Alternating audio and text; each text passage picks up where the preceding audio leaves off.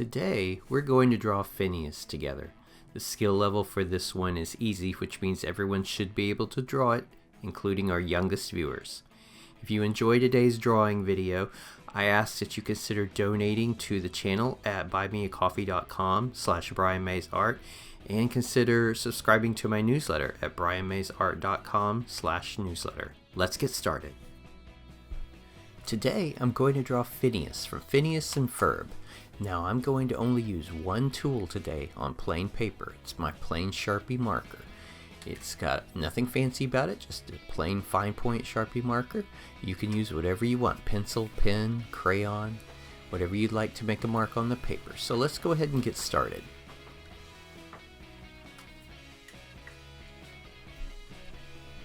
Now I'm going to start off by drawing an egg shape here in the middle, kind of like a squished oval turned on its side. And so we need to angle it up a little bit because Phineas's eyes angle a little bit upwards towards that point in the back of his head. So we're going to go around, connect it here, and then what we're going to do is put a small circle right here, and then we're going to put a smaller circle in. That's the highlight. We're going to color around that so Phineas doesn't look creepy while we draw. We're going to go ahead and color that in real fast. We're going to draw and color around that little dot we made. So this will help it look a little bit more like an eyeball as we go through the rest of it. And then what we're going to do, we're going to take the width of that and we're going to draw an angled line to the left here. I'm going to put my finger there so I know roughly about how far away it should be and put a little dot there. I'm going to connect from there to the eye. Now I want to jump over and find the width of that eye again. I'm going to jump over like that line is continued and put my little dot here so I know where to go. We're going to just pretend like we went there through the eye and just connect it on over here. So we may need to extend some of these lines later depending on how we go. Now we're going to put his second eye there in the back by just drawing a portion of an oval back there and a portion of a circle because his head is covering part of that. I'm going to put the little circle there and then for the highlight and then color in around it. So what we're working with is proportions right here. Everything has to relate to each other in terms of size. That's why we're measuring the width of the eye. Now we want to find where the corner of the mouth is. So we take the height of the eye and we're going to measure down roughly from straight underneath the eyeball here and put a little dot. And I want to connect the nose then with that tiny dot, show where the beginning of his mouth starts, where his top lip is. And then I want to find the corner of his mouth. So I'm going to go down from the side of his front eye right here. I'm going to go down roughly to the same point where his nose is. So you see kind of lined up right there. And I put a dot and connect it with a straight line. So then depending on how wide I want his mouth, I go down and I connect where his bottom lip is with the corner of his mouth with a curved line. We're going to put his ear in next, and that's going to be lined up with the top of the corner of his mouth. It's a backwards C, basically, not very large. And then inside of that, we're going to put a little number 3 with a curly Q right in the middle of it. And that's the inside of his ear. So then we want to connect the back of his ear with the top point of his head. We put a slightly curved diagonal line up there. And then we go down from the bottom of the ear and just continue that curved line down where it's almost lined up with his bottom lip. And then we just connect the two there. We left it open at the end. We got the basic shape of his head down here. So from here what we're going to do is put his hair in, and that's a lot of curved lines and straight lines that look like triangles. So we start with one curved line here that goes behind his head, and then we sweep it in for a point. We do the same at the top. We sweep it in for a point. We're going to make a large one by sweeping it out with a curved line and then back in, almost even with the first curves and the first point. So we do another one that's small, about half the size, pull it back in, end it right there. And we go through the same sequence on the bottom, except we do a small point and then a large one with a curved line followed by curve, and then we end it by connecting the two. So then we put a few little dots here for Phineas's hair. Now we're going to begin to put a shirt in. We're going to put a rectangle down here underneath his neck, but it's going to have curved sides, and that's the collar on his neck.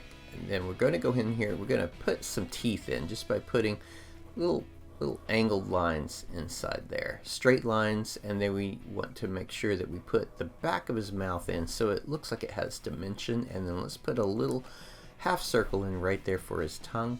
And then just to make sure it holds that dimension, we're going to color in the inside of his mouth here. So let's color that in solid with whatever you have to color with.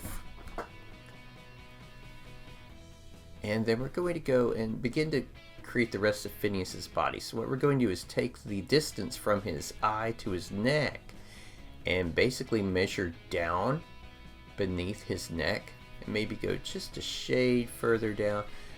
That's roughly the height of Phineas's shirt there. So got a little dot that I'm going to press there. And then I'm going to go just a little bit down from that collar, and I'm going to put a line, a little curved line. That's the front of his torso.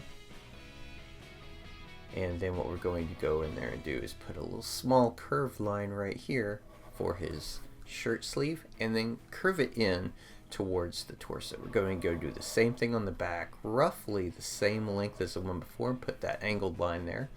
I'm going to pull a line down here that represents the front of his shirt sleeve.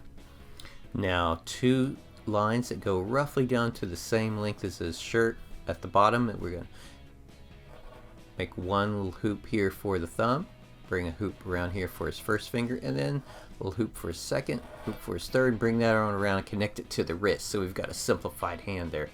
Let's finish out his torso by connecting the shirt tail with his hand right there with a small curved line. And then what we're going to do is put his pants in there. We're going to make a very short line that goes down and bring it over to the right, and then a straight line followed by a straight line coming down, curves around under his hand, and then goes up. We've got his shorts. We're going to put a very small curved line here for his other arm behind his torso. And then what we're going to do from here is make his legs. His legs, we're going to put 2 lines for each leg, and then a big curve and another big curve. Again, 2 lines for the legs, curve outwards, a point, and curve back in. And then what we're going to do is put a little line across the ankle and then a little bit above the ankle for his sock and his shoe. And then we're going to draw another line inside the bottom of each shoe here. That's the sole of his shoe. And then we're going to put a little curve along the end. That's where his toes are on his shoe. And then a little box on top. Those represent where his shoelaces are. And then what we're going to do is go in and color in the area of the shoe solid. Again, we're looking for some dimension here because we don't have color in this drawing right now. So we're going to go in and just fill in this part right here on the front shoe, and then that same part on the back shoe. You can see we've taken simple lines and shapes and really formed Phineas. So we're going to go in here and start making his stripes. We'll start with one line that goes across where his shirt sleeves meet and another line right beneath it, and then we're going to put that same stripe on his sleeves. Make those lines at angles, and they don't quite line up. And then we put another line underneath. So we put a 4th line and a 5th line. Now we want to finish our art out every time by making sure we sign our name. So put your signature on it, and that finishes up Phineas today. So thank you for drawing with me, and I'll see you next time.